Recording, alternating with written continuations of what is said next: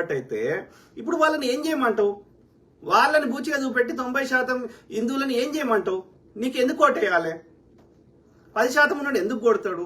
కొడుతుంటే మరి నువ్వేం చేస్తున్నావు? వారిని ఎందుకు ఆపలేకపోతున్నావు? ఎందుకు విచారణ జరుగుతలేదు? ఎందుకు దోషులకు శిక్షలు పడతలేవు?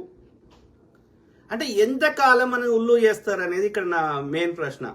కొడుతున్నది ముస్లిమ్స్ కాదు, వందల వేల సంవత్సరాల నుంచి మనం అన్నదమ్ములకి కలిసి ఉన్నప్పుడు బీజేపీ రాగానే ఎందుకు? ఇప్పుడు కాంగ్రెస్ ఉన్నప్పుడు ఏమన్నాడు?